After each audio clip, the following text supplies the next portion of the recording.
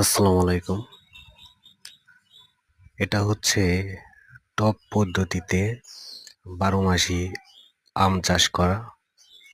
যারা ছাদ বাগান করেন বা অল্প জায়গাতে আম গাছ লাগাতে চান, তারা এই পদ্ধতিতে আম চাষ করতে পারেন।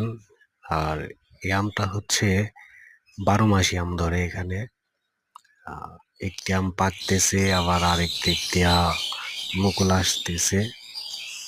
এভাবে সারা বছরই গেছে আম ধরে থাকে। যেমন এখন আম পাকার সিজন, আর এই টাইমে এই ১২ মাসি আম গাছে মুকুল আসছে। দেখেন কি সুন্দর গুটি আটকিতেছে। এক কথায় খুব চমৎকার। এই চারাগুলো আপনারা লাগাতে পারেন।